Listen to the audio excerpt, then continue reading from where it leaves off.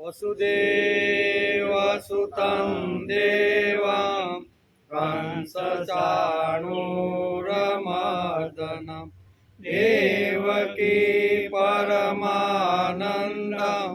कृष्णं वन्दे जगद्गुरुं। गुरुर्ब्रह्मा गुरुर्विष्णु गुरुदेवो महेश्वर गुरु साक्षात् परब्रह्म तस्मै श्री गुरुवे नमः। नारायणं नमस्कृत्यं नरं चैव नरोत्तमं देवी सरस्वती व्यासं ततो जयमुदीरये ततो जयमुदीरये। દાદાના આવ્યો ને નૈના બેન દાદા એ કે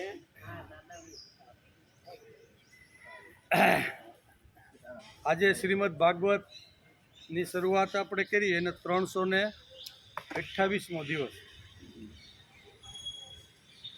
આજે કારતક વદ દશમ સંવંત 2081 અને સોમવાર 29 તારીખે કે આપણો અનઅધ્યાય શરૂ થયો હતો. 29/10 એટલે 1 મહિના પછી આપણે ફરીથી પાછા મળીએ છીએ. પ્રથમ દિવસે મળ્યા છીએ એટલે શ્લોકનું પારાયણ તો કરવાનું છે. કાં આજે આપણે સુંદર ગોપાલમ ઉરવનમાલમ નયન વિશાલમ દુઃખહરમ વૃંદાવન ચંદ્રમ માનંદકંદમ પરમાનંદમ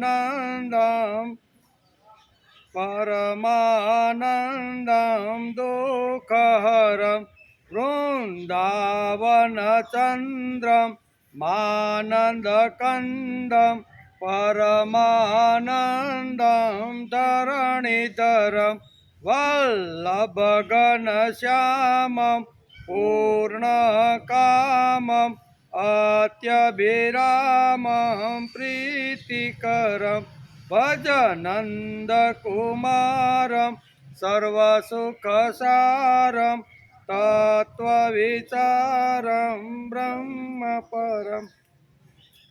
જેમના હૃદયમાં વનમાળા છે, વિશાળ નેત્ર છે, જે શોકનો નાશ કરે છે, જે વૃંદાવનના ચંદ્ર પરમાનંદમય પૃથ્વીને ધારણ કરનાર,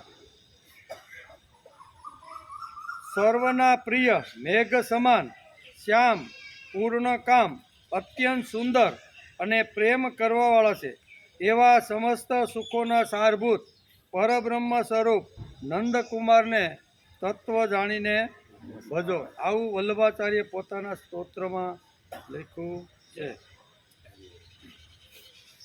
આજે નવા વર્ષના પ્રથમ દિવસે આપણે મળ્યા, બરોબર ને? બધા સારી સરસ મજાની દિવાળી કરી, બરોબર ને? કરીને મજા કરીને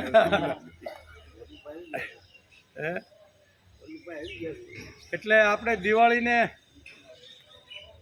યાદ કરી લઈએ, કારણ કે દિવાળી પહેલાં આપણું વેકેશન ધનતેરસને દિવસે આગલે દિવસે આપણું વેકેશન પડી ગયું, બરાબર ને?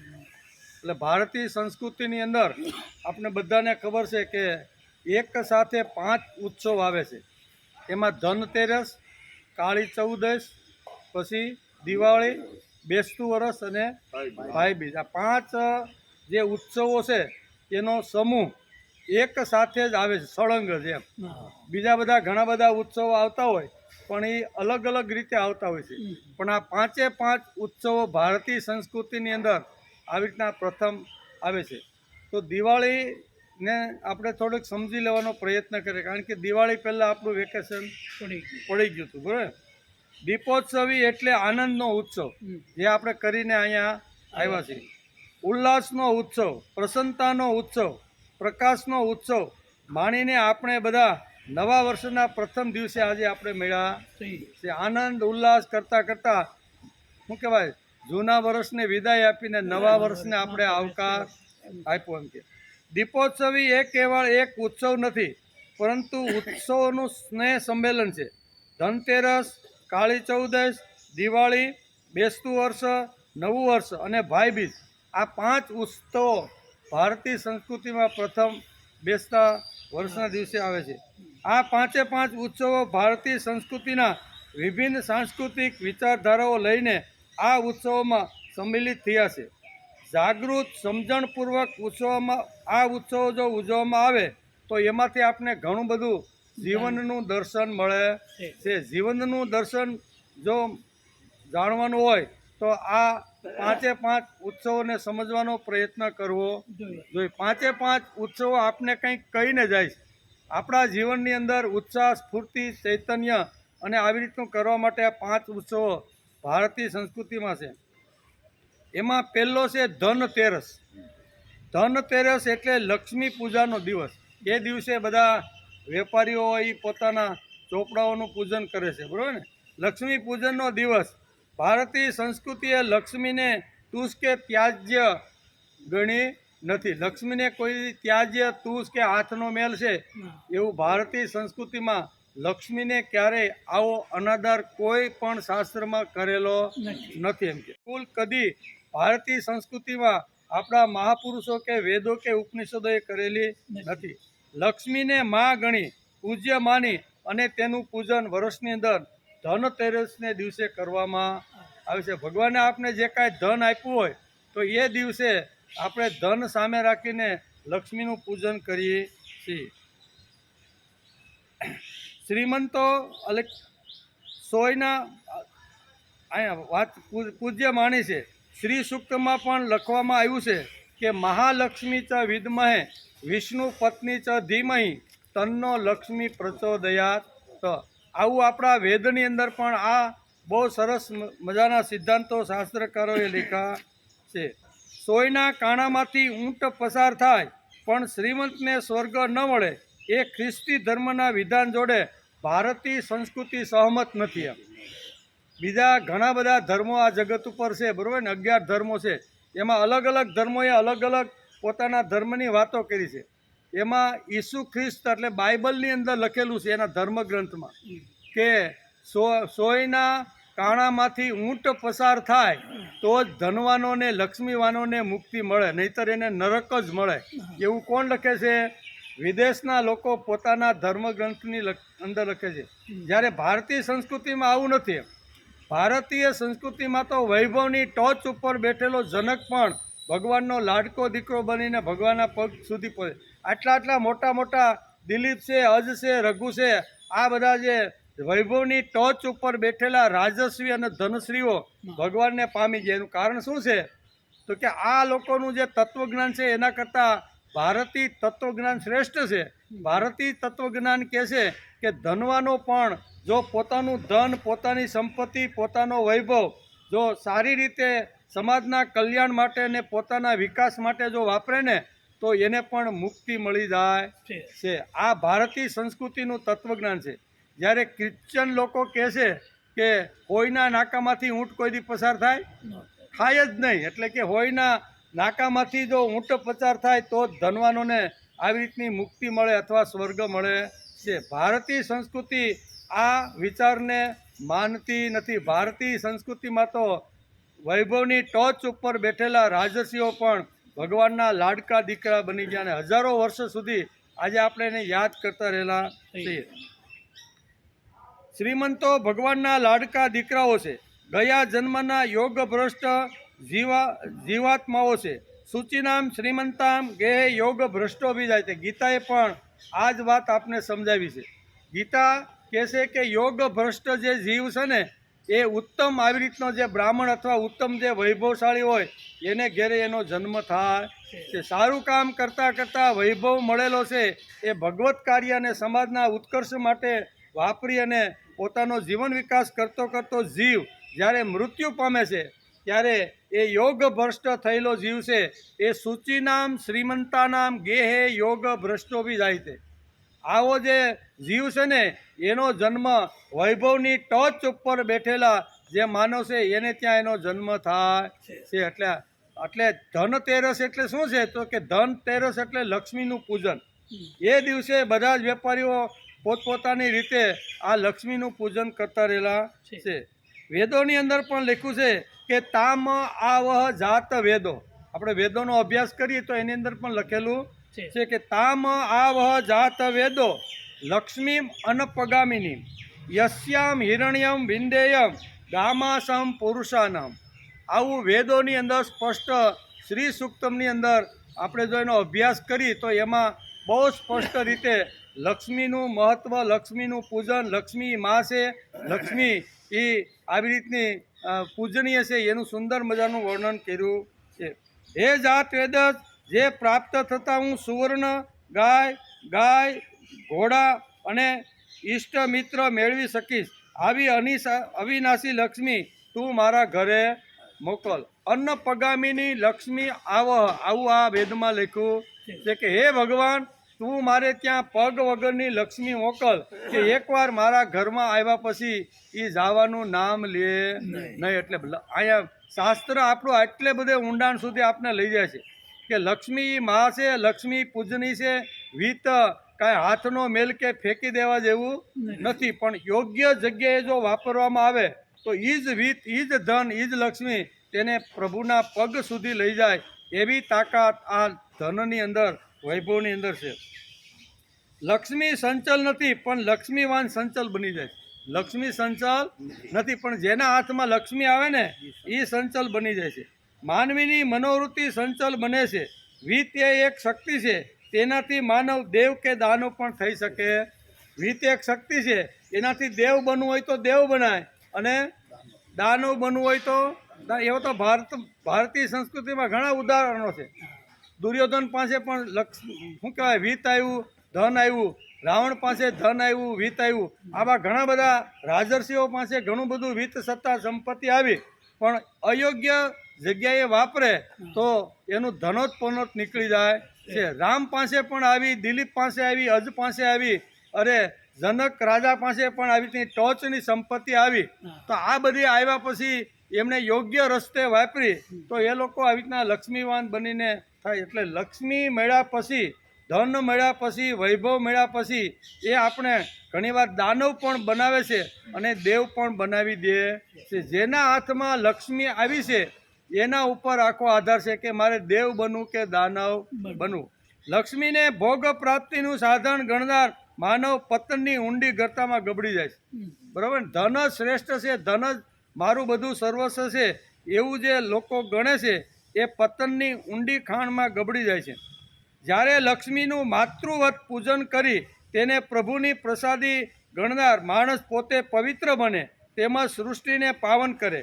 લક્ષ્મી વિતનું ખૂબ જ મહત્વ છે. તેથી ભારતીય સંસ્કૃતિની અંદર આજે પાંચે પાંચ ઉત્સવોની અંદર અહીંયા ધનનું મહત્વ બહુ સારી રીતે સમજાવવાનો પ્રયત્ન કર્યો છે કે આવી રીતનું ધન જો આવે ને પ્રસાદી ગણી અને પ્રભુનું આવી રીતનું સમજીને જો વાપરવામાં આવે ને તો એ સંપત્તિ એને પ્રભુ સુધી પહોંચાડે છે. જ્યારે લક્ષ્મીનું માતૃવત પૂજન કરી તેને પ્રભુની પ્રસાદી ગણનાર માણસ પોતે પવિત્ર બને તેમજ સૃષ્ટિને પણ પાવન કરે. પોતે તો પવિત્ર બની જ જાય છે પણ સૃષ્ટિને પણ પાવન કરે છે. વિકૃત માર્ગે વપરાય તે અલક્ષ્મી. અહીંયા વિત્તના અલગ અલગ પ્રકારના શાસ્ત્રકારોએ એના વિભાગો પાડેલા છે. એમાં વિકૃત માર્ગે વપરાય તેને અલક્ષ્મી કહેવાય. કેવી? લક્ષ્મી મળ્યા પછી, ધન મળ્યા પછી, વૈભવ મળ્યા પછી સમાજનું સત્યાનાશ જાય અને સમાજનું અધપતન થાય એ માર્ગે જો લક્ષ્મી વાપરતો હોય તો એને અલક્ષ્મી કહેવામાં આવે છે. સ્વાર્થ માટે વપરાય તે વિત, પછી પરાર્થ વપરાય તે અલક્ષ્મી અને પ્રભુ કાર્યાર્થે વપરાય તે મહાલક્ષ્મી. આ ચાર ભાગ આપણા શાસ્ત્રકારોએ પાડ્યા છે. પહેલો ભાગ છે કે વિકૃત માર્ગે વપરાય તેને અલક્ષ્મી કહે છે, સ્વાર્થ માટે વપરાય તેને વિત્ત કહે છે, પરાર્થ માટે વપરાય તેને અલક્ષ્મી કહે છે અને પ્રભુ કાર્યાર્થે વપરાય તેને મહાલક્ષ્મી કહેવામાં આવે છે. એટલે વિત્ત મળ્યા પછી મારે અલક્ષ્મી બનાવી કે મહાલક્ષ્મી બનાવી એ માણસના હાથની વાત છે. તેથી કહે છે કે મહાલક્ષ્મી હાથી ઉપર બેસીને વાતે ગાતે આવે છે. હાથી એ ઔદાર્યનું પ્રતીક છે. નિર્વંશ રાજા, આપણે ઘણીવાર પાંડુરંગ શાસ્ત્રી ઘણીવાર દ્રષ્ટાંત આપે છે કે લક્ષ્મી આપણા ઘરે આવે ને ત્યારે હાથીના અંબાડી ઉપર બેસીને ઠન ઠન કરતી લોકોને પણ ખબર પડવી જોઈએ કે આ ભાઈને ત્યાં લક્ષ્મી જાય છે. એટલે હાથીની અંબાડી ઉપર બેસીને ઠન ઠન કરતી લક્ષ્મી આપણા ઘરમાં આવે. અને હાથી અહીંયા બહુ શરીર ઔદાર્ય એટલે કે ઉદારતાનું પ્રતીક કાંઈ શાસ્ત્રકારોએ આ વેદોની અંદર હાથીનું ઉદાહરણ આપીને કીધું છે. નિર્વંશ રાજા, ઘણીવાર પાંડુરંગ શાસ્ત્રી દ્રષ્ટાંત પણ આપે છે કે કોઈ રાજા નિર્વંશ મરી ગયો હોય, કોઈ એનો વારસદાર ન હોય અને રાજાનું અચાનક મૃત્યુ થઈ જાય તો હવે પછી રાજમાં રાજા કોને બનાવવો? તો એ વખતે પછી નગરની અંદર સભા ભરે અને બધા જે કાંઈ લોકો આવ્યા છે એને બધાને ત્યાં બેસાડે અને હાથીની હાથણી હોય છે એની હુંડની અંદર એક માળા પહેરાવે અને એ માળા લઈને એ આખે બધે ફરે છે અને એ માળા જેના ગળામાં પહેરાવે એને રાજા બનાવવામાં આવતો હતો. આ દ્રષ્ટાંત અહીંયા બહુ સરસ રીતે આપેલું છે. તેથી કહે છે કે સાંસ્કૃતિક કાર્યમાં ઉદાર હાથે લક્ષ્મી વેરનાને ત્યાં લક્ષ્મી પેઢીઓને પેઢીઓ સુધી રહે છે. કોઈ દી પેઢીમાં દિલીપ છે, અજ છે, રઘુ છે, પછી દશરથ છે, રામચંદ્ર, 5 પેઢી આપણે જોઈને તો 5 પેઢીમાં એને ત્યાં ધન લક્ષ્મી ક્યારેય ખલાસ થાય 5 પેઢીથી જેટલું ધન સત્કાર્યમાં વાપરે એના કરતાં અનેક ગણું ધન ભગવાન એની તિજોરીમાં પાછું મુકાવી દે છે. એટલે સાંસ્કૃતિક કાર્યમાં ઉદાર હાથે લક્ષ્મી વાપરનારને ત્યાં લક્ષ્મી પેઢીઓની પેઢીઓ સુધી રહે છે. અન્ન પગામિની લક્ષ્મી આવહ, વર્ષો સુધી. નહીતર આપણે એમ કહીએ ને કે ફલાણા શેઠ હતા એનો 20 અથવા 10 હતો, એમ 10 વર્ષ પહેલાં એટલો મોટો વૈભવ હતો અને આવી રોડ ઉપર આવી ગયો. તો એનું કારણ શું છે ભાઈ?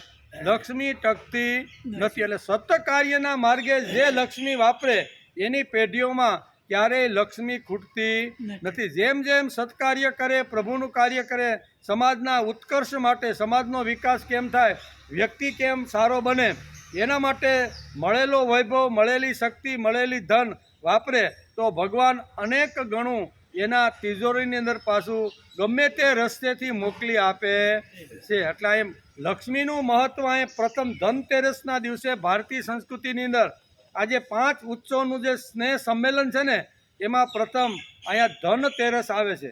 ધનતેરસનું મહત્ત્વ ભારતીય સંસ્કૃતિમાં ખૂબ જ મહત્ત્વનું છે. રઘુવંશ આનું જ્વલંત ઉદાહરણ છે. લક્ષ્મી એ એક મહાન શક્તિ હોવાથી તે સારા માણસોના હાથમાં રહેવી જોઈએ. બરાબર? લક્ષ્મી છે કોના હાથમાં રહેવી જોઈએ? સારા. અને બીજા ખરાબ માણસના હાથમાં જાય તો ખાવા પીવામાં ને ગમે ત્યાં સમાજનું સત્યાનાશ કાઢવામાં પોતાની સંપત્તિ વાપરે છે. તેથી ભારતીય સંસ્કૃતિનો એવો આગ્રહ છે કે જે ધન છે, જે સંપત્તિ છે, જે લક્ષ્મી છે એ સારા સજ્જન અને સાત્વિક લોકોના હાથની અંદર રહેવી જોઈએ. તો એ સમાજમાં સારા કામો કરી શકે એમ કે. રાજર્ષિઓના ગુણગાન ગાતી આપણી ભારતીય સંસ્કૃતિએ ફિલોસોફર કિંગની કલ્પના આપનાર ગ્રીક તત્વચિંતક પ્લેટોના મનમાં આ જ વિચાર રમતો કર્યો છે. વિદેશની અંદર પણ ઘણા ભારતીય સંસ્કૃતિનો અભ્યાસ કરી અને એ પણ લોકો સહમત થાય છે કે ભારતીય તત્વજ્ઞાન શ્રેષ્ઠ તત્વજ્ઞાન છે. આમ કરી અને ધનતેરસ એ 5 જે ઉત્સવનું સ્નેહ સંમેલન છે એમાં પ્રથમ ધનતેરસ છે. ધનતેરસની અંદર ભારતીય સંસ્કૃતિમાં ઘણું મહત્ત્વ સમજાવ્યું છે. ત્યાર પછી આવે છે કાળી ચૌદશ. બરાબર? ધનતેરસ પછી શું આવે? કાળી ચૌદશ. આ દિવસે મહાકાલીનું પૂજન કહ્યું છે. પરપીડન માટે વપરાય તે અશક્તિ, એના પણ 4 વિભાગ પાડ્યા છે. બીજાને પીડવા માટે, બીજાને હેરાન કરવા માટે, બીજાનો સત્યાનાશ કાઢવા માટે જે શારીરિક શક્તિ, જે બળ મળ્યું છે એ જો બીજાને પરપીડન કરવા માટે જો વાપરે તો એને કહેવાય અશક્તિ. એમ કે એને કહેવાય અશક્તિ. સ્વાર્થ માટે વપરાય તે શક્તિ અને રક્ષણાર્થે એટલે કે સ્વાર્થ માટે વપરાય તે શક્તિ, રક્ષણાર્થે વપરાય તે કાલી અને પ્રભુ કાર્યાર્થે વપરાય તે મહાકાલી. એટલે મહાકાલી, કાલી, શક્તિ અને અશક્તિ, આવા 4 વિભાગ માણસને મળેલી જે શારીરિક જે શક્તિ છે એના પણ 4 ભાગ પાડવામાં આવ્યા છે. સ્વાર્થ માટે શક્તિ વાપરનાર દુર્યોધન. કેવો? આપણે આ જો આ દિવાળી અને આવી રીતના કાળી ચૌદશ અને ધનતેરસને જો આપણે સમજી લઈએ ને તો ભારતીય સંસ્કૃતિમાં મહાભારતની અંદર આ 3 પાત્રોનું વર્ણન કરવામાં આવ્યું છે. આ 3 પાત્રોને જો સારી રીતે આપણે સમજી લઈએ ને ખબર પડે કે શક્તિ અને એટલે કે શારીરિક શક્તિ અને ધન શક્તિ કેવી રીતની વપરાય અને એનાથી કયું પરિણામ આવે છે તે મહાભારતની અંદર વેદવ્યાસે બહુ સરસ રીતે 3 પાત્ર દ્વારા સમજાવ્યું છે. સ્વાર્થ માટે પોતાનો સ્વાર્થ, દુનિયાનું જે થવું હોય તે થાય, ભાઈઓનું જે સત્યાનાશ નીકળવું હોય તો નીકળી જાય, પણ સંપત્તિ મારા બાપની ને મારી પાસે રહેવી જોઈએ. આવો જે સ્વાર્થનો જે વિચાર કરનાર મહાભારતની અંદર છે એનું નામ છે દુર્યોધન. પછી મળેલી જે શક્તિ હતી, જબરજસ્ત શક્તિ, જે 5 પાંડવોની શક્તિ ભેગી કરો ને તો એ બધી શક્તિ કર્ણની અંદર એકની અંદર હતી. આટલી શક્તિ મહાભારત વેદવ્યાસ લખે છે. શું લખે છે કે અહીંયા તમે ભીમ જુઓ, અર્જુન જુઓ, સહદેવ, નકુલ અને આવી રીતના ધર્મરાજને જુઓ. એ કે 5 પાંડવોની જેટલી શક્તિ છે એ બધી શક્તિ ભેગી થાય ને એ બધી જ શક્તિ એક કર્ણની અંદર હતી. વિચાર તો કરો કેટલી તાકાત ને કેટલું એની અંદર બળ હશે. મહાભારત વેદવ્યાસ લખે છે. અને પણ એ જે શક્તિ હતી ને એ કોના માટે વાપરી? જો કે સમાજનું જે સત્યાનાશ કરવા માટે બેઠો હતો ને એના પડખે રહીને બધી શક્તિનો એણે ઉપયોગ કરી નાખ્યો. એટલે પરાર્થ એટલે કે પોતાના માટે વપરાય અને પોતાના માટે શક્તિ વાપરે એ દુર્યોધન, અને બીજાના માટે શક્તિ વાપરે તે કર્ણ, અને ભગવાનના કાર્ય માટે જે શક્તિ વાપરે એનું નામ છે અર્જુન. એટલે શક્તિ મળ્યા પછી મારે ક્યાં વાપરવી એ આ 3 પાત્રની અંદર વેદવ્યાસે મહાભારતની અંદર સુંદર રીતે વર્ણન કર્યું છે. મારે દુર્યોધન શક્તિ મળ્યા પછી દુર્યોધન થવું, કર્ણ થવું કે મારે અર્જુન થવું એ આપણે પોતે નક્કી કરવાનું છે. તેથી કાળી ચૌદશ એ શક્તિ ઉપાસનાનો દિવસે યા દેવી સર્વભૂતેષુ શક્તિ રૂપેણ સંસ્થિતા નમસ્તસ્યે નમસ્તસ્યે નમસ્તસ્યે નમો નમઃ. હે હે હે હે મા દેવી, તું અમને આવી રીતની શારીરિક શક્તિ આપ કે જે અમે પ્રભુ કાર્યમાં સારી રીતે વિસ્તારથી અમે વાપરી શકીએ. એટલે 3 પાત્રો જો આપણે સમજી લઈએ તો મળેલી શક્તિ મારે ક્યાં વાપરવી એ આપણે ખબર. સ્વાર્થ માટે શક્તિ વાપરનાર દુર્યોધન, બીજાના ચરણે શક્તિ ધરનાર કર્ણ, તેમજ પ્રભુ કાર્યાર્થ શક્તિનું હવન કરનાર તે અર્જુન. કેવા નકર એણે ન કાંક્ષે ન વિજયમ કૃષ્ણ. ગીતા ખોલો ને પહેલો અધ્યાય વાંચો તો અર્જુને સ્પષ્ટ કહી દીધું છે કે મારે ન કાંક્ષે, મારે કોઈ ઈચ્છા નથી, મારે રાજ્યની પણ ઈચ્છા નથી, મારે કોઈ પણની ઈચ્છા નથી, વૈભવની પણ ઈચ્છા નથી, અને મારે લડવું નથી. આવો ત્યારે ભગવાને કીધું તારે ઈચ્છા ન હોય તો કાંઈ નહીં ભાઈ, તું મારા માટે લડ. અને ભગવાનના ચરણની અંદર એણે પોતાની શક્તિ મૂકી. નકર ન કાંક્ષે વિજયમ કૃષ્ણ ન રાજ્યમ સુખાની, આટલું એ બોલી ગયો છે. મારે હસ્તિનાપુરનું રાજ્ય જોતું નથી, મારે વૈભવ જોતો નથી, મારે સંપત્તિ જોતી નથી, મારે કાંઈ જોતું નથી, અને બાજુમાં હિમાલય છે ને ત્યાં જઈને તમારા નામની માળા ફેરવતો બાકીના દિવસો મારે પૂરા કરવાના છે મારે. એટલે ત્યારે ભગવાન કહેશે ભાઈ તારે જરૂર ન હોય તો કાંઈ નહીં, પણ તું નિમિત્ત બનીને તું આ શક્તિ મારા માટે વાપર. અને ભગવાનના કાર્ય માટે અર્જુને પોતાની શક્તિ વાપરી અને ભગવાનને કેવું પીડ્યું, પાંડવા નામ ધનંજય.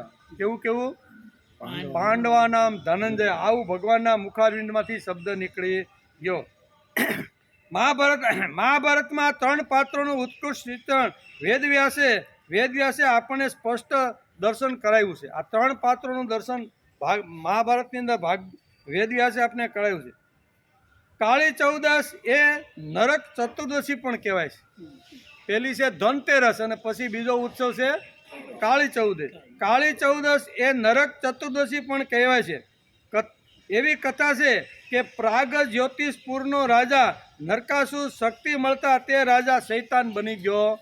શક્તિ મળે અને શક્તિ જો યોગ્ય માર્ગે ન વપરાય તો એ શક્તિ માણસને નરક સુધી લઈ જાય છે, એટલે શૈતાન બનાવી દે છે. એવી એક પણ વાર્તા કાળી ચૌદશના ઉત્સવની અંદર આપણા પુરાણોની અંદર સુંદર મજાની વાર્તા આ રીતની લખી છે.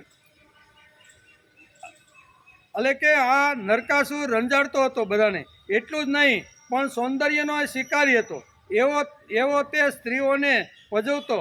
16,000 કન્યા તેણે પોતાના જનાનખાનાની અંદર રાખી દીધેલી હતી. શ્રી કૃષ્ણ તેને માર્યો, સત્યભામાને સાથે લઈ અને નરકાસુરને માર્યો. એવું કાળી ચૌદસના ઉત્સવની પાછળ પણ ભારતીય સંસ્કૃતિની અંદર આ પુરાણની અંદર સુંદર મજાનું વર્ણન વેદવ્યાસે કરેલું છે. લોકોને ત્રાસમાંથી મુક્ત થઈ, એટલે કે લોકો ત્રાસમાંથી મુક્ત થયા. ઉત્સવ મનાવ્યો.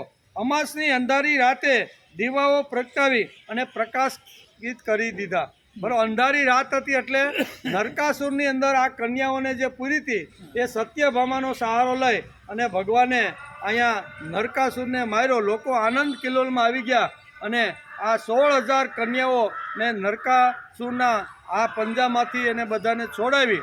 લોકોને ખૂબ આનંદ થયો, નવા કપડાં પહેર્યા, ઉત્સાહમાં આવી ગયા, ઘરે ઘરે દીવા પ્રગટાવ્યા અને એનું નામ છે કાળી ચૌદશ અને દિવાળી. એમ કે દિવાળી એટલે વેપારીઓના ચોપડા પૂજનનો દિવસ, સમગ્ર વર્ષનું સરવૈયું કાઢવાનો દિવસ છે. બરાબર ને, આખા વર્ષનું સરવૈયું કાઢવાનું છે કે ભાઈ આજ સુધી જીવા છો કેટલું ને કેવું, કેટલી કમાણી કરી કેટલું છે દેવું, આ જિંદગીના ચોપડામાં સરવાળો માંડજે. આપણું ભાવગીત છે ને કે નથી? આ બે હૂબ છે, ગાય નાખી હાલો ને. એમાં આપણે શું કર્યું એનું અને કેટલું રહી ગયું, કેટલું બાકી છે, તો હવે બાકી રહ્યું છે તો નવા વર્ષમાં કેવી રીતનું સેટ કરવું એ વિચાર કરવાનો દિવસ છે. તેથી આ દિવાળી એટલે વેપારીઓના ચોપડા પૂજનનો દિવસ, સમગ્ર વર્ષનું સરવૈયું કાઢવાનો દિવસ એટલે દિવાળી. તેથી ભાવગીત પણ આપણું એક છે. કયું? આ જિંદગીના ચોપડામાં સરવાળો માંડજો, મનને મેં તાજી કરી કામે લગાડજો. આ જિંદગીના ચોપડામાં સરવાળો માંડજો. આજ સુધી જીવાશો કેટલું ને કેવું, કેટલી કમાણી કરી કેટલું છે દેવું, કાઢી સરવૈયું કોઈ સંતને બતાવજો. આ જિંદગીના ચોપડામાં સરવાળો માંડજો. કેટલી સુધારી વૃત્તિ કેટલી બગાડી, ક્યાં પાટે ચાલી રહી જિંદગીની ગાડી. પ્રભુ પંથ પામવાને પાટા બદલાવજો. આ જિંદગીના ચોપડામાં સરવાળો માંડજો. જમાને યુધાર તણો કાઢજો તફાવત, કેટલી પ્રભુના નામે કરી છે બનાવટ. એક એક પાનું ચિંતનથી ચકાસજો. આ જિંદગીના ચોપડામાં સરવાળો માંડજો. કંઠી પહેરીને કંઠ કેટલા ન કાપા, માળાના મણકામાં માધવને માપ્યા. તિલકથી બુદ્ધિની સુધી વધારજો. આ જિંદગીના ચોપડામાં સરવાળો માંડજો. ગીતાની વાત કહો કેટલી પસાવી, કેટલી કુટેવ કાઢી કેટલી બચાવી. સ્વાધ્યાયથી જીવનને સુંદર બનાવજો. આ જિંદગીના ચોપડામાં સરવાળો માંડજો. ભાવ અને ભક્તિમાં મસ્ત બની રાસજો. એક એક ગામડે ગીતાને પહોંચાડજો. કામ કરી દાદાના દિલને હલાવજો. આ જિંદગીના ચોપડામાં સરવાળો માંડજો. આ જિંદગીના ચોપડામાં સરવાળો માંડજો. આવો સરવાળો. સંસ્કૃતિમાં 5 ઉત્સવનું સ્નેહ સંમેલન છે. બરાબર ને? આપણે દિવાળી પહેલાં એટલે કે ધનતેરસ પહેલાં આપણે બધાએ શું કહેવાય વેકેશનમાં જતા રહ્યા હતા. એટલે આપણે આ ઉત્સવો આ વર્ષની 2 વર્ષમાં આવે છે. ખબર ને? ધનતેરસથી શરૂઆત કરીને કાળી ચૌદશ સુધી એટલે જૂનું વર્ષ, અને બેસતા વર્ષથી પછી ભાઈબીજ એટલે નવું વર્ષ. એટલે આ બેયનું સ્નેહ સંમેલન છે, બેયનું મિલન છે. એટલે મિલન થાય ત્યારે આપણે થોડોક એને યાદ કરી લેવા જોઈએ. જોઈએ. આમ આપણા બે ઉત્સવો ધનતેરસ અને કાળી ચૌદશ. હવે ત્રીજો ઉત્સવ આવે છે દિવાળી. દિવાળી એટલે વેપારીઓના ચોપડા પૂજનનો દિવસ, સમગ્ર વર્ષનું સરવૈયું કાઢવાનો દિવસ. આ દિવસે માનવે જીવનનું સરવૈયું કાઢવું જોઈએ. આપણે ભાવગીત બોલે ને કે આજ સુધી જીવાશો કેટલું ને કેવું, કેટલી કમાણી કરી કેટલું છે દેવું, કાઢી સરવૈયું કોઈ સંતને બતાવજો. એવા સંતો હોય એને આપણે બતાવવાનું ભાઈ કે ભાઈ આવું છે એમ. આ દિવસે માનવે જીવનનું સરવૈયું કાઢવું જોઈએ. રાગ, દ્વેષ, વેર, ઝેર, ઈર્ષા, મત્સર કે જીવનમાંથી કટુતા દૂર કરી નવા વર્ષના દિવસે પુરાતંત્રમાં પ્રેમ, શ્રદ્ધા અને ઉત્સાહ રહે તેવું ધ્યાન રાખવાનું. કટુતા દૂર કરી અને વજનદાર ત્રાજવું બને એના માટે પ્રેમ, શ્રદ્ધા અને ઉત્સાહ રહે તેનું ધ્યાન રાખવાનું દિવાળી પર્વ આપને સમજાવે છે. રાગ હોય, દ્વેષ હોય, જે કાંઈ હોય, આખા વર્ષની અંદર કાંઈ મનના થોડાક આવી રીતના થયા હોય તો એ બધાને ભૂલવાનો પ્રયત્ન કરવો જોઈએ. ત્યાર પછી ચોથું પર્વ આવે છે નવું વર્ષ. નવું વર્ષ એ બલિ પ્રતિપદા પણ કહેવાય છે. નવા વર્ષને બલિ તેજસ્વી વૈદિક વિચારોની ઉપેક્ષા કરી વર્ણાશ્રમ વ્યવસ્થાને ઉદ્ધોષ કરનાર બલિનો વામને પરાભવ કર્યો હતો. તેની સ્મૃતિમાં બલિપ્રદાનો ઉત્સવ ઉજવવા લાગ્યા. બલિ એટલે દાનશૂર પણ હતો, દાન ખૂબ કરતો હતો. તેના ગુણોનું સ્મરણ નવા વર્ષના દિવસે આપણને ખરાબ માણસોના રહેલા શુભ તત્વને જોવાની દ્રષ્ટિ આપે છે. ગમે તેવો માણસ ખરાબ હોય, બરોબર ને, પણ એની અંદર એકાદ બે ગુણ તો હોય જ છે. તો અહીં કહે છે કે નવા વર્ષના દિવસે આપણે શુભ શરૂઆત કરવાની હોય તો જે માણસની અંદર એકાદ ગુણ પડેલો હોય ને તો એ ગુણને મોટો કરી અને પહાડ જેવડો કરી અને સમાજમાં બતાવવાનો પ્રયત્ન કરવો જોઈએ. અહીં બલિના આ જીવન ઉપરથી ભલે ગમે તેવી જે 3 સંસ્થાઓ હતી, શિક્ષણ સંસ્થા હતી, એટલે કે બ્રાહ્મણ, ક્ષત્રિય અને વૈશ્ય, ત્રણને એણે બરોબર એવી રીતના કડે કરી લીધા હતા. પણ ભગવાન અહીંયા જોયું ભગવાને કે આ તો બહુ ખરાબ છે. ભગવાને એના પંજામાંથી 3 વર્ણ બ્રાહ્મણ, ક્ષત્રિય, વૈશ્ય અને શૂદ્રને એમાંથી મુક્ત કર્યા. ખૂબ સારું કામ કરતો હતો, દાન આપતો હતો, દક્ષિણા આપતો હતો, બ્રાહ્મણોને સંભાળતો હતો, ગાયોને ઘાસ. એટલે ભગવાન કહે છે કે આને તો હવે મારે સંભાળવો જોઈએ. તેથી પાતાળમાં મૂકીને ભગવાન પોતે જ આવી રીતના એનું રક્ષણ કરવા માટે રહ્યા છે. આ ભાઈબીજ અને બેસતા વર્ષના દિવસે માણસે આ વિચાર કરવાનો છે. તેના ગુણોનું સ્મરણ નવા વર્ષના દિવસે આપણને ખરાબ માણસોમાં રહેલા શુભત્વને જોવાની દ્રષ્ટિ આપે છે. કનક અને કાંતાના મોહમાં અંધ બનેલો માણસ અસુર થાય છે. તેથી બલિનો પરાભવ કરનાર ભગવાન વિષ્ણુએ કનક અને કાંતા તરફ જોવાની દ્રષ્ટિ આપનાર આ ઉત્સવ છે. કનક અને કાંતા, કનક એટલે સોનું અને કાંતાનો આદેશ કર્યો. દિવાળીના દિવસે કનક એટલે કે લક્ષ્મી તરફ જોવાની પૂજ્ય દ્રષ્ટિ મેળવવાની અને ભાઈ બીજના દિવસે સમસ્ત સ્ત્રી તરફ મા, બહેન અને પૂજ્ય ભાવની દ્રષ્ટિ રાખવી. આપણી સ્ત્રી સિવાય બાકીની જે મા હોય, બહેન હોય, દીકરી હોય એના પ્રત્યેની દ્રષ્ટિ માણસની ભદ્ર, દિવ્ય અને આવી રીતની તેજસ્વી દ્રષ્ટિ રાખવી. એના પ્રત્યે કોઈ કામના નહીં, વાસના નહીં, પણ પૂજ્ય ભાવ રાખવો જોઈએ. એ આપણે ભાઈ બીજનો ઉત્સવ આપણે આ વાતો સમજાવે છે. સ્ત્રી એ ભોગ્ય નથી તેમજ ત્યાજ્ય પણ નથી, તે પૂજ્ય છે. કેવી? ત્યાજ્ય નથી અને ભોગ્ય નથી, તે પૂજ્ય છે. એવી માતૃદ્રષ્ટિ આપનાર સંસ્કૃતિ માનવને વિકારો સામે સ્થૈર્ય જાળવવાની શક્તિ આપી શકે છે. મોહ એટલે અંધકાર, દીપોત્સવી એટલે અજ્ઞાન અને મોહના ગાઢ અંધકારમાંથી જ્ઞાનના પ્રકાશ તરફ પ્રયાણ કરનાર ઉત્સવ એટલે જ દિવાળી. બરાબર. આ 5 જે ઉત્સવો છે એનું જે સ્નેહ સંમેલન છે એની અંદર આ વાતો બધી સમાયેલી છે.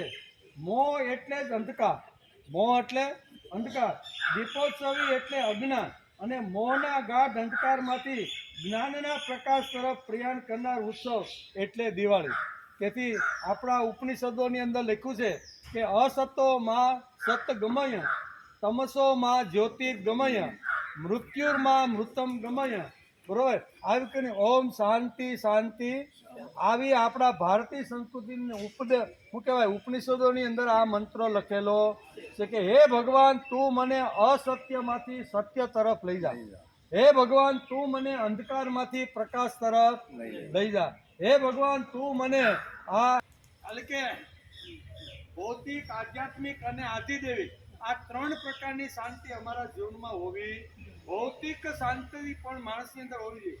મારે ત્યાં ધન વૈભવ ગાય ખેતર મોટા સારા બળદો સારા નોકરો અથવા આવી રીતના ઘણા બધા ધનના આવી રીતના મારે ત્યાં ઢગલા હોવા જોઈએ, તો એ ભૌતિક શાંતિ કહેવાય.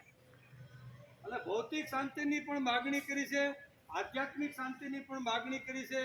આ માગણી કરીને આ મંત્રની અંદર સમજાવવાનો પ્રયત્ન કર્યો છે. તેથી મોહ એટલે અંધકાર, અમારા જીવનમાંથી અંધકાર દૂર થાય અને પ્રકાશ ફેલાય. દીપોત્સવી એટલે અજ્ઞાન અને મોહના ગાઢ અંધકારમાંથી પ્રકાશ તરફ લઈ જનારો ઉત્સવ. તેથી તો ઘરે ઘરે દીવડા પ્રગટાવવામાં આવે છે. અંધારી રાત છે, રાતને જો પ્રકાશિત કરવાની હોય તો એના માટે આ દીવડાઓ પ્રગટાવી અને જ્ઞાનનો ઉપદેશ આપે છે. અંધકારમાંથી જ્ઞાનના પ્રકાશ તરફ પ્રયાણ કરનાર ઉત્સવ એટલે દિવાળી. દિવાળી એટલે દીપોત્સવ. બહાર તો દીવા પ્રગટાવવાના છે, બહાર તો આપણે અંધારું થાય બરોબર, રાત્રિ પડે દિવાળીના દિવસે ઘોર અંધારું હોય તો બહાર તો આપણે દીવા પ્રગટાવવાના છે, બહાર પ્રગટાવવાના જ હોય. જો કોઈ પણ ક્ષેત્રમાં હોય, આધિ દેવિક ક્ષેત્ર હોય, આધિ ભૌતિક ક્ષેત્ર હોય કે આધ્યાત્મિક ક્ષેત્ર હોય, બરોબર, કોઈ પણ ક્ષેત્રમાં માણસે જ્યારે પ્રવેશ કરવાનો હોય ને ત્યારે જ્ઞાન ખૂબ જ જરૂરી છે. જ્ઞાન વિહીનમ સર્વમેતમ મુક્તિમ ન ભજતી જન્મ સત્યન. આમ શંકરાચાર્ય પણ કહે છે કે જ્ઞાન વગરનો ગમે તેટલો કર્મકાંડ માણસ કરે, હું કર્મકાંડ શા માટે કરું છું એની જો સમજણ ન હોય, એનું જો જ્ઞાન ન હોય અને ખાલી કર્મકાંડ કરું તો એ અંધારું જીવનમાંથી જાતું નથી. જીવનમાંથી અંધારું દૂર કરીને પ્રકાશ જો લાવવાનો હોય તો જીવનની અંદર દીવો પ્રકાશ. દીવો એ અહીંયા કહે છે જ્ઞાનનું પ્રતીક છે. તેથી જ્ઞાની થવાનો પ્રયત્ન કરવો જોઈએ. દિલમાં દીવો કરવો એટલે ચોક્કસ પ્રકારની સમજણપૂર્વક દિવાળીનો ઉત્સવ ઉજવો. દીવો કરવો એટલે શું કરવાનું કે ચોક્કસપૂર્વક દિવાળી શા માટે ભાઈ? અંધારા બહારના અંધારાને દીવડાઓ તો દૂર કરી નાખે છે, પણ અંદર રહેલો જે અંધકાર છે, વેમ છે, પાખંડ છે, આવી રીતના ઘણા બધા ચમત્કારો છે, એમાંથી બહાર નીકળી અને માણસે સમાજમાં ફરવાનો પ્રયત્ન કરવો જોઈએ. આપણે તો અંધશ્રદ્ધા અને વહેમમાં એટલા બધા ડૂબી ગયા છીએ કે આપણે બહાર નીકળવાનો પ્રયત્ન કરતા નથી. માણસે ભાગવત સાંભળ્યા પછી, ઉપનિષદો સાંભળ્યા પછી, રામાયણ કે મહાભારત સાંભળ્યા પછી માણસે થોડોક પ્રયત્ન કરવો. ક્યાં બાપા ચાલો તો આપણા થઈ ગયા છે. આમાં આવા અંધકાર અને આવા અજ્ઞાનમાંથી બહાર નીકળવાનો માણસે દિવાળીના દિવસો આપને આ શીખવાડે છે. દિલમાં દીવો પ્રગટાવો એટલે આ બધા જે વેમ છે, પાખંડ છે, અંધશ્રદ્ધા છે, ખોટા આપણે ઘણીવાર આવી રીતનું ઘણું બધું કરતા હોય. કેમ ભાઈ આજે તમે કહેતા હતા ને વાળ કાપ, મને યાદ નહોતું, આજ શનિવાર હતો ને એટલે પછી નથી ગયો. એટલે શનિવારે તમે વાળ કપાવો છો તો ભાઈ શું થઈ જાય તમારું? કાંઈ તમારું ઊંધું સતું થતું નથી. પણ જૂના કાળમાં એક પદ્ધતિ હતી કે ભાઈ એને પણ આવી રીતના સંસાર છે, વાળને પણ સંસાર છે, વ્યવહાર છે, બધું છે. પણ આપણે કે ભાઈ શનિવારે દાઢી કરાવાય નહીં, શનિવારે વાળ કપાવાય નહીં. હવે શનિવારે દાઢી કરાવો તો ભાઈ શું થઈ જવાનું છે? કાંઈ ઉથલ પાથલ થવાની છે? ના ના, મંગળવારે તો વાળ કપાવાય જ નહીં. ઘણી વાર ઘણા લોકો આવી ચૂકે, પણ એ એક આખી વ્યવસ્થાઓ હતી કે સમાજની અંદર જે શું કહેવાય વર્ણાશ્રમ જે વ્યવસ્થાઓ હતી, બ્રાહ્મણ, ક્ષત્રિય, વૈશ્ય અને શૂદ્ર બધાએ પોતપોતાના નિયત કરેલા કર્મો કરવાના હતા.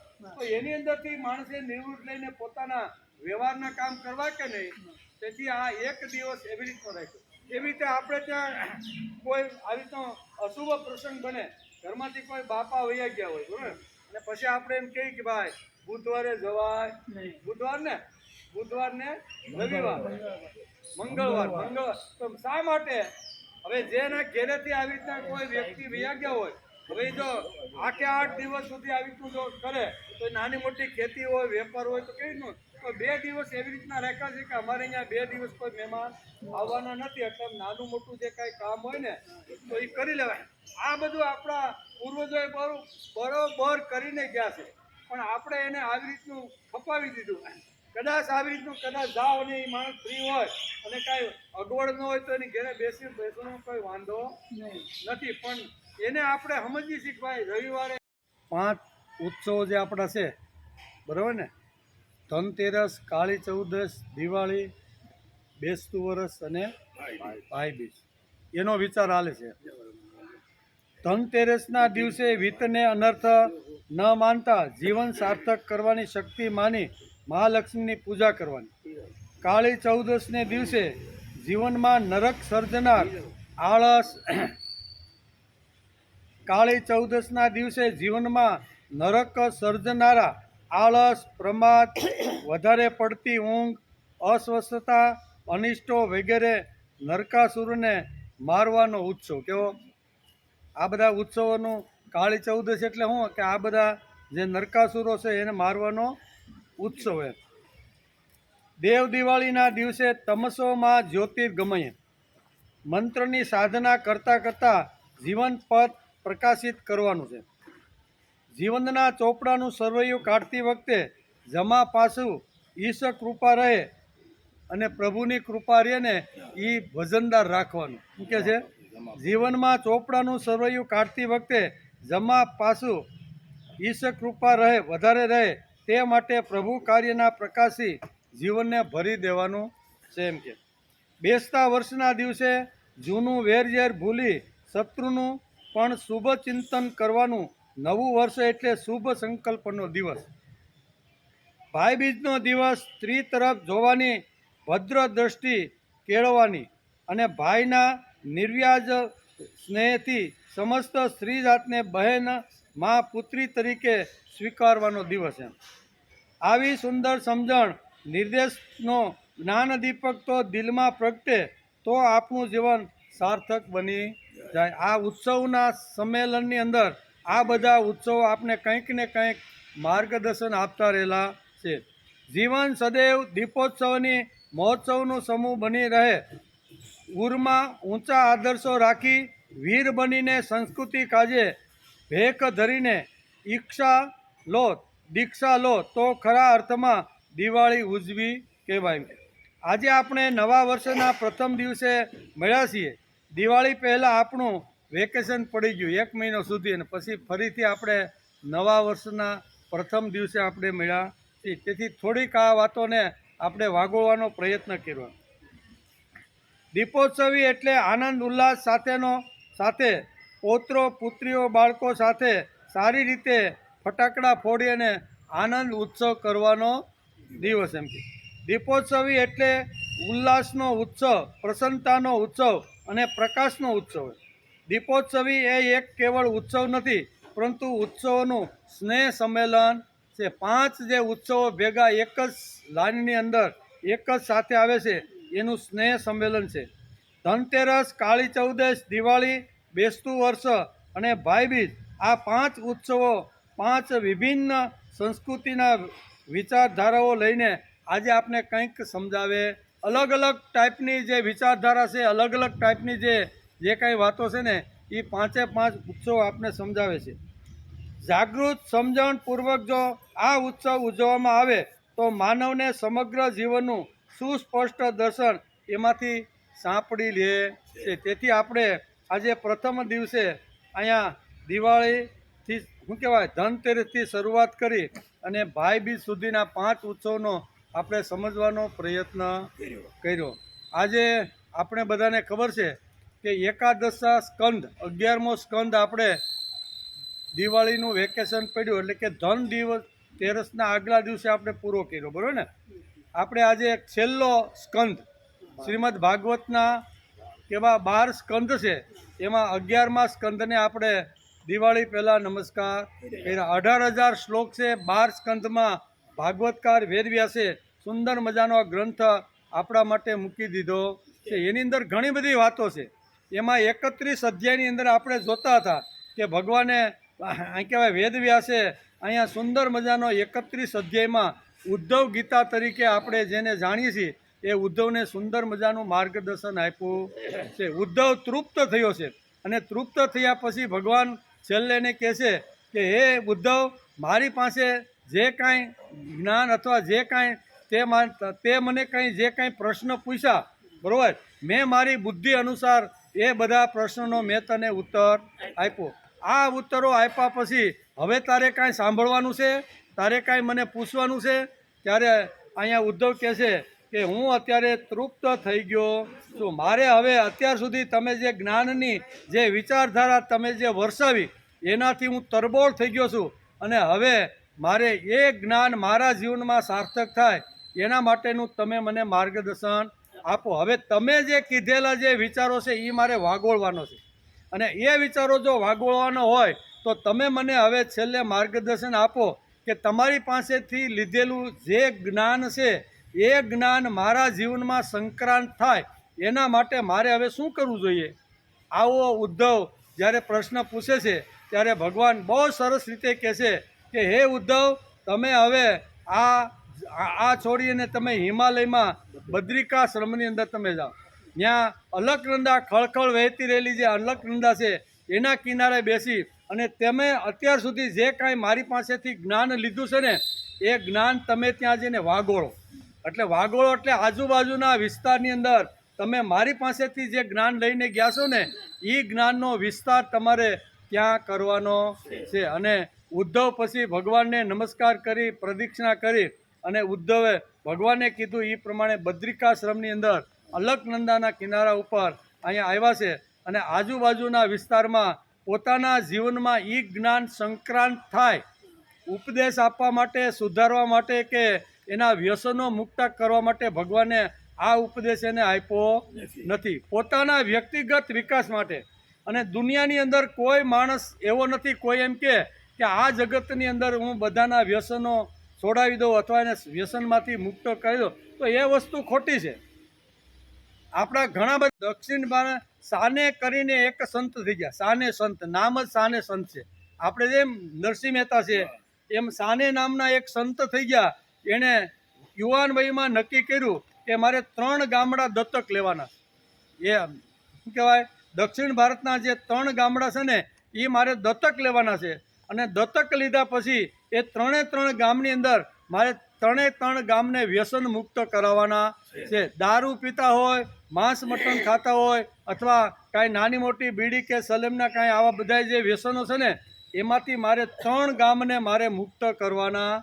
યુવાન વયની અંદર સારો વિચાર આવ્યો સાને સંતને, બરાબર, અને એણે 3 ગામ દત્તક લઈ લીધા કે આ 3 ગામ ઉપર કોઈ એક આવવાનું નથી, આ 3 ગામ મારા અને એની અંદર જે કાંઈ વ્યસન છે ને એમાંથી હું બધાને મુક્ત કરાવીશ.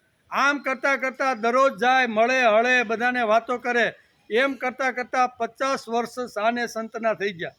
સાને સંતે પાછું વાળીને જોયું કે મેં યુવાનીમાં આ કામ 30 વર્ષ પહેલાં શરૂ કર્યું હતું, તો 30 વર્ષની અંદર આ 3 ગામમાંથી કેટલા વ્યસનમાંથી મુક્ત થયા. એણે જોયું તો એક મૂકે ને બીજો લે, બીજો મૂકે ને ત્રીજો લે, થોડાક દિવસ આવી રીતનું કરે તો બધા હતા ત્યાં ને ત્યાં આવી ગયા. ક્યાં કોઈ માણસ જો સુધારવાની ભૂમિકાથી સમાજમાં જો ફરે તો શું થાય, પરિણામ શું આવ્યું? એણે વિચાર કર્યો કે 50 વર્ષની ઉંમર, 25 વર્ષ સુધી મેં જબરજસ્ત આવી રીતનો પ્રયત્ન વ્યસન મુક્તિ માટે કર્યો અને એક પણ માણસ સુધરો નહીં. એટલે ગળા ફાંસો ખાઈને મરી ગયા. આવો ઇતિહાસ છે. કેવું? એ સાને નામના જે સંત હતા ને એ ઝાડવા ઉપર દોરડું બાંધી અને મરી ગયા. શા માટે મર્યા? કે આટલા વર્ષ સુધી મેં વ્યસન મુક્તિ માટેનું કામ કર્યું પણ સમાજ સુધરો નહીં. તેથી આપણે પણ સમાજની અંદર હરી ફરી મળવા માટે જઈ જ્ઞાનનો પ્રકાશ લઈને જઈને ત્યારે સુધારવાની કે ઉદ્ધાર કરવાની કે વ્યસન મુક્તિની આવી ભાષા લઈને ક્યારેય જવાનું. હું મારા વિકાસ માટે જાઉં છું. લોકોને હું વાત કરીશ, એને જો વાંચવી છે, સાંભળવી છે, એમાંથી બહાર નીકળવું છે તો પ્રયત્ન કરશે. મને કાંઈ એની આ વ્યસન મુક્તિ કરાવવાનો અધિકાર નથી અને થાય જ નહીં. ભગવાને પણ છેલ્લે અર્જુનને આ જ કહી દીધું, ભાઈ મેં તો તને કીધું, હવે તારી બુદ્ધિમાં હાથ ને તારે કરવું હોય તો કર ભાઈ, બરોબર ને? એટલે આ સાને નામના સંતનો ઉદાહરણ લેવો. એને ઘણા બધા પુસ્તકો લખ્યા છે કોઈ સામાન્ય માણસ હતો નહીં. ઘણા બધા પુસ્તકો આપણે જેમ નરસિંહ મહેતાના ભજનો ને કીર્તનો છે ને એમ એના ઘણા બધા દક્ષિણ ભારતની અંદર સાને નામના સંતના નામને ઘણા બધા પુસ્તકો છે. તો આટલો મોટો મહાન માણસ આવી રીતનું નક્કી કરીને ગયો, પણ છતાંય 3 ગામની અંદર પરિણામ મળ્યું નહીં. પરિણામ ન મળ્યું એટલે એણે નક્કી કર્યું કે આ જગતમાં હવે મારે રહેવું નથી. એટલે સુધારવાની ભૂમિકાથી જવાનું જ નહીં, બેહવાનું, ભગવાનની વાત કરવાની, ગુણોની વાત કરવાની, સારી વાત કરવાની. વ્યસન કરી તો શરીરમાં કેવા પ્રોબ્લેમ ઊભા થાય છે, અને એ પ્રોબ્લેમ ઊભા થાય ત્યારે આપણા નાના બાળકોને ને પતિ પત્નીને કેટલું સહન કરવું પડે છે. અને વ્યસનમાં જો વહી જાય તો નાના બાળક, આ બધી વાતો કરવાની, પણ એ માણસ આ વ્યસન છોડીને આ ધંધે લાગે એવો આપણે જો લઈને જાશું ને તો આપણે નિરાશ થઈને પાછા આવશું. કારણ કે આવા મોટા મોટા સંતોએ પણ આવો પ્રયત્ન કરી જોયો, પણ એને પણ પરિણામ મળ્યું નથી. એટલે આપણે પણ અહીંયા શ્રીમદ ભાગવતની અંદર અહીંયા બહુ સરસ રીતની અહીંયા ભગવાન ઉદ્ધવને આ જ વાત કહે છે કે હવે મારે કાંઈ તમારી પાસેથી સાંભળવું નથી. 6થા અધ્યાયમાંથી તમે મને, મેં જે કાંઈ 6થો અધ્યાય આવે ને એ હું 6થો સ્કંદ, શું કહેવાય, સ્કંદ 11 અને અધ્યાય 6થો, એમાંથી ઉદ્ધવની એન્ટ્રી થાય અને ઉદ્ધવ પ્રશ્ન પૂછે છે. ભગવાન જવાની તૈયારી કરે છે ને એ વખતે પ્રશ્નોત્તરી થાય છે. અને 6થી 31 અધ્યાય સુધી ભગવાને એને જે તત્વજ્ઞાન, એને જે વિચાર, એને જે ગુણોનું જે વર્ણન કર્યું છે, એમાં ભક્તિ છે, અધ્યાત્મ છે, શું કહેવાય, સત્સંગ છે, બધી જ વાતો આપણે આગળ જોઈ કે એ અધ્યાયમાં બધું જ પ્રશ્ન પૂછી લીધેલા છે. ભક્તિ હોય, જ્ઞાન હોય, કર્મયોગ હોય કે સત્સંગ હોય કે સજ્જન માણસના ગુણો કેવા છે, બધું જ પૂછી લીધું છે. અને આ બધું પૂછ્યા પછી અહીંયા ઉદ્ધવ તૃપ્ત થઈ ગયો છે. હવે કહે છે કે આ બધું મેં સાંભળી તો લીધું, પણ મારે મારા જીવનમાં લાવવાનું છે, એના માટે મારે વાગોળવું છે. તો વાગોળવા માટેનો ઉત્તમ આવી રીતનો વિસ્તાર કયો છે, ઉત્તમ જગ્યા કઈ છે કે જે હું તમે કીધેલા વિચારો સારી રીતે હું વાગોળી શકું. ત્યારે ભગવાન કહે છે તો બદ્રી કેદારમાં જાઓ, ત્યાં ગંગા, શું કહેવાય, અલકનંદાના પવિત્ર કિનારા ઉપર આજુબાજુનો જે વિસ્તાર છે ને એમાં મેં જે કીધેલું જે જ્ઞાન છે ને એનો તમે બહુ ભાગવતની અંદર બહુ સરસ આ 31મો અને 30મો અધ્યાય વાંચીને તો એમાં બહુ સ્પષ્ટ રીતે ભગવાને ઉદ્ધવને આ વાત સમજાવી છે. એનો વિચાર આપણે અહીંયા દિવાળી પહેલાં કરેલો હતો. એમ કરી અને આપણે આ ભગવાન સ્વધામ પણ ગયા, બરાબર ને. પછી આ દારૂકને કીધું કે ભાઈ હવે તમે આવી રીતના દ્વારકામાં જાઓ, અઠવાડિયા પછી આવી રીતનો સમુદ્રના પાણી ફરી વળવાના છે. બધું એ બધો વિચાર આપણે દિવાળી પહેલાં બધો કરી લીધો. એમ કરીને આપણે એકાદશા સ્કંદથી જે જ્ઞાનથી ભરેલો છે, આખો કેવો તરબોળ થઈ જાય ને એટલું બધું જ્ઞાન છે. અને એટલા પ્રશ્ન એને પૂછેલા છે બધા જ.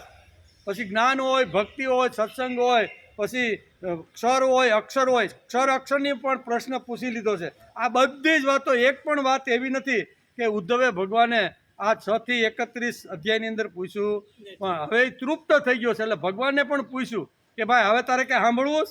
ત્યારે ના પાડી દીધી કે હવે મારે સાંભળવું, તમે જેટલું કીધું છે ને એટલું વાગોળું તોય બસ છે. અને વાગોળવા માટેની જગ્યા ભગવાને એને બતાવી દીધી. અને ઉદ્ધવ પણ ત્યાં ચાલ્યા ગયા. ભગવાન અહીંયા, શું કહેવાય, ભગવાન પણ સ્વધામ ગયા. આ પ્રસંગ આપણે બધો પૂરો કર્યો. હવે આપણે 12મો છેલ્લો સ્કંદ, અને છેલ્લા સ્કંદની અંદર પહેલા અધ્યાયની અંદર કળિયુગના હવે કળિયુગ પ્રવેશ થઈ ગયો છે, બરાબર. તો એના રાજવંશીઓ કેવા હશે એવો પ્રશ્ન અત્યારે સુખદેવજી મહારાજને રાજા પરીક્ષિત અત્યારે પૂછી રહ્યા છે. રાજા પરીક્ષિતે પૂછ્યું, શું પૂછ્યું? સ્વધામાનો યુગે કૃષ્ણે યદુવંશ વિભૂષણે કસ્ય વસો ભવત પૃથ્વ્યા એતદ્યક્ષ મે મુને.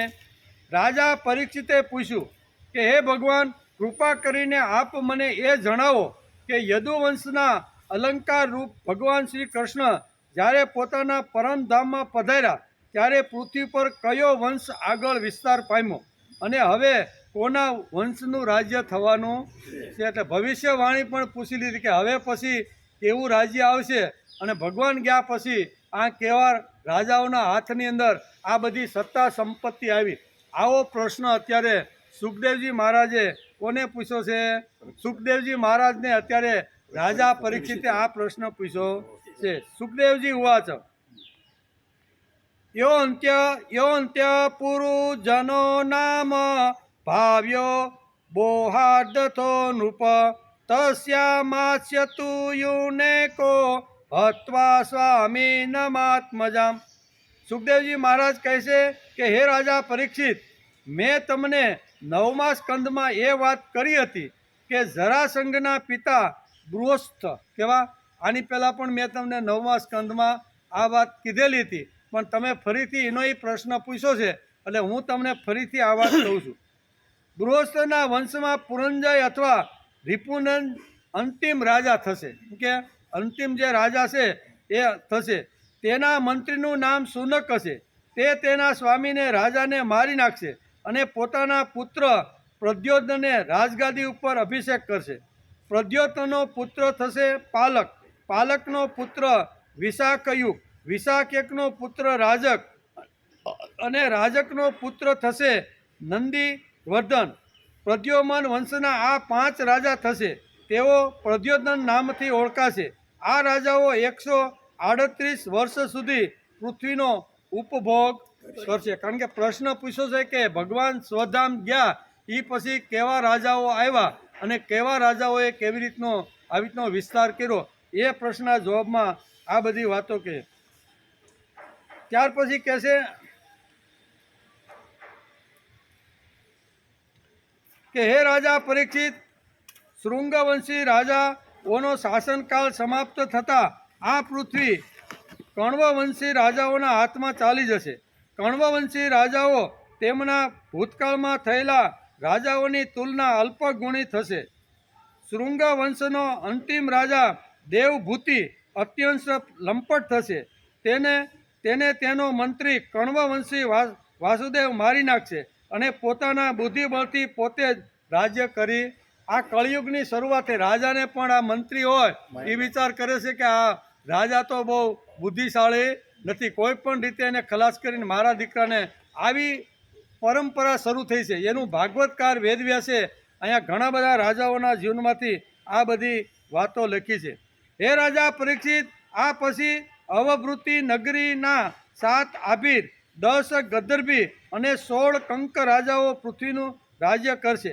આ તમામ અત્યંત લોભી હશે. એમના પછી 8 યવન અને 14 તુર્ક રાજાઓ રાજ્ય કરશે.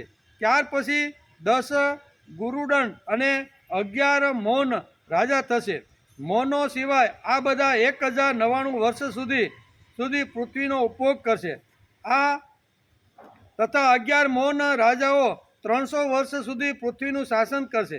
જ્યારે તેમનો રાજ્યકાળ સમાપ્ત થઈ જશે ત્યારે કિલકિલા નામના નગરમાં ભૂતનંદ નામનો રાજા થશે. ભૂતનંદનો વગીરીનો ભાઈ શિશુનંદ અને યશોનંદી અને પ્રવિરક આ બધા 106 વર્ષ સુધી રાજ્ય કરશે. આમ રાજાઓની પરંપરા અત્યારે ભાગવતકાર વેદવ્યાસ લખે છે. અને અહીંયા શું કહેવાય, પરીક્ષિતે જે પ્રશ્ન પૂછ્યો છે કે ભગવાન કૃષ્ણ સ્વધામ ગયા પછી કેવા રાજાઓ કેવી રીતનું રાજ્ય કરશે એનું વર્ણન કર્યું છે. હે રાજા પરીક્ષિત, આ બધા રાજાઓ આચાર વિચારમાં મલ્લેશ જેવા હશે. આ બધા એકી સાથે જુદા જુદા પ્રાંતોમાં રાજ્ય કરશે. આ બધા ખૂબ જૂઠા, અધાર્મિક અને સ્વલ્પ દાન કરવાવાળા થશે. સામાન્ય વાતમાં પણ તેઓ ક્રોધથી રાતા પીળા થઈ જશે. કેવા આ બધા જે આના પછીની જે પરંપરા આવશે એ બધા રાજા કેવા થશે કે સામાન્ય થોડી ઘણી કાંઈ વાત થઈ તો એમાં ક્રોધથી લાલસોળ થઈ જશે. આ દૃષ્ટો સ્ત્રીઓ, બાળકો, ગાયો, બ્રાહ્મણોને મારતા પણ અચકાશે નહીં. બીજાની પત્ની અને ધન આંચકી લેવામાં હંમેશા પ્રવૃત્ત રહેશે. પરિણામે ઉગતા જ આથમી જનારા બનશે. ક્ષણમાં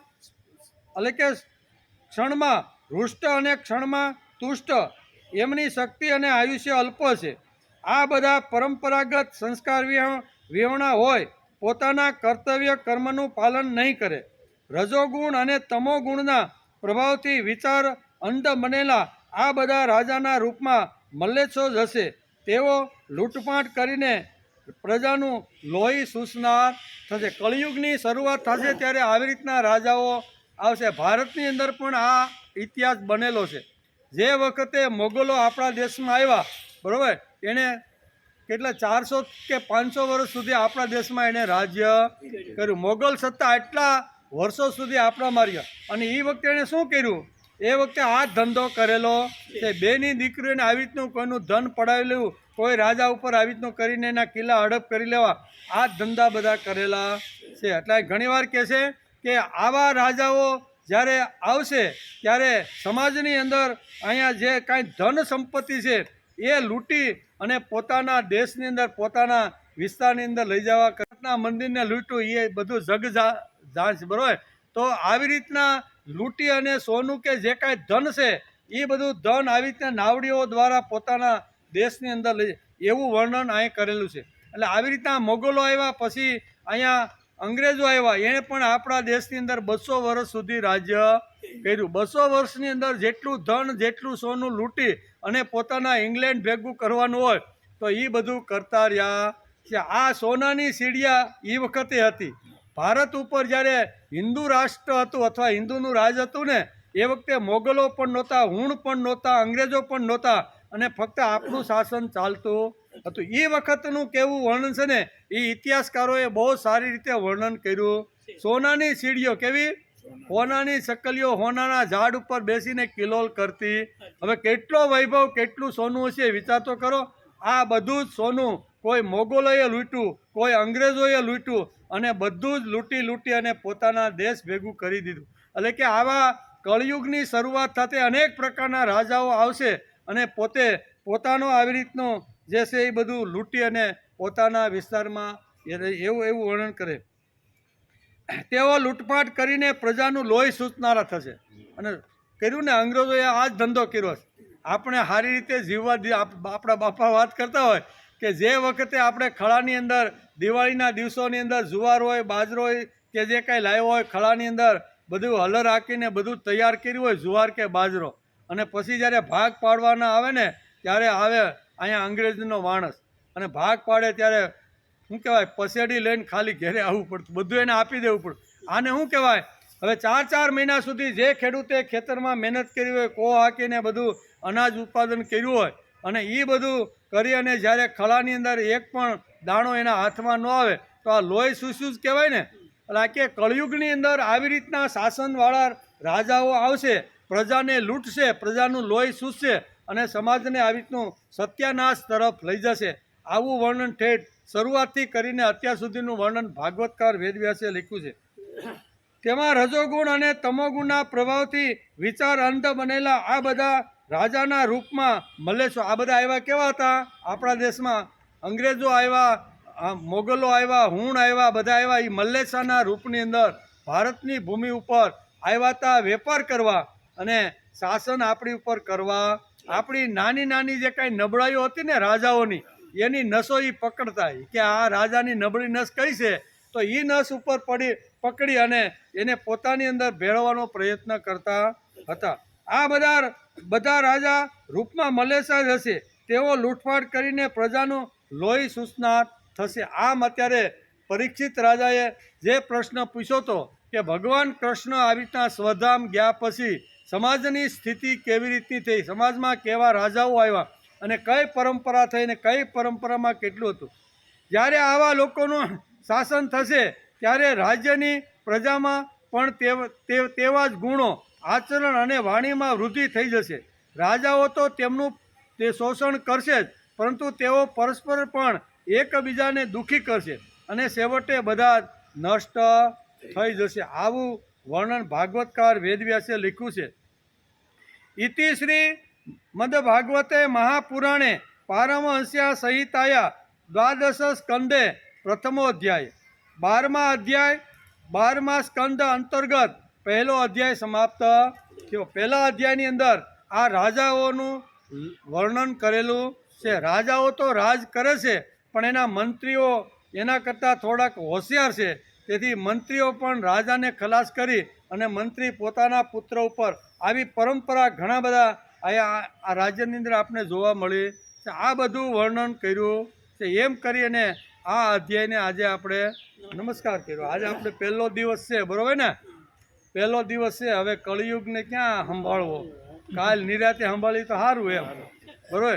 કળિયુગના ધર્મો, કળિયુગ જ્યારે આવે ત્યારે કેવી પરિસ્થિતિ, એ બહુ વર્ણન કરવાની જરૂર નથી. આપણે અત્યારે જોઈ રહ્યા છીએ ને, સમાજમાં ફરો ને, એટલે આ બધું જે લખેલું છે ને, આવતીકાલે આપણે વાંચવાના છીએ. દેખાય છે બધું. આવતીકાલે એ બધું વાંચવાના છે કે કળિયુગની અંદર સમાજ કેવી રીતનો થશે, કુટુંબ કેવી રીતનો થશે, છોકરાઓ કેવી રીતના થશે, દીકરાઓ કેવી રીતના થશે, પછી આવી રીતના ધર્માચાર્યો કેવી રીતનું વર્તન કરશે. આ બધી જ વાતો ભાગવતકારે અહીંયા એ 12મા સ્કંદના બીજા અધ્યાયમાં લખી રાખેલી. સુંદર મજાનું, સુંદર તો ન જ કહેવાય, પણ એને ભવિષ્યવાણી હજારો વર્ષ પહેલાં વ્યાસે ભવિષ્યવાણી ભાકી કે કળિયુગની અંદર માણસ કેવો ઠીંગણો થશે, કેવી બુદ્ધિનો થશે, કેવો એનો સંસાર, કેવો એનો વ્યવહાર, લીધા પછી કોઈનું દેવું નહીં, કેટલા બૂચ મારવાની, એ બધી વાતો આમાં આવી જશે. એટલે એનો વિચાર આપણે આવતીકાલે, આપણે ઉતાવળ નથી. આજે પહેલો દિવસ છે એટલે ટાઈમિંગ આમ તો થઈ ગયો, 4 મિનિટની વાર છે. 4 મિનિટ આપણે વહેલું બંધ કરીએ, બરાબર ને? એમાં કળિયુગના ધર્મો અને કળિયુગનું વર્ણન, આ 2 વિષયો ભાગવતકારે લખ્યા છે. એનો વિચાર આપણે કરશું. એટલે આપણે સમાજમાં જોઈએ છીએ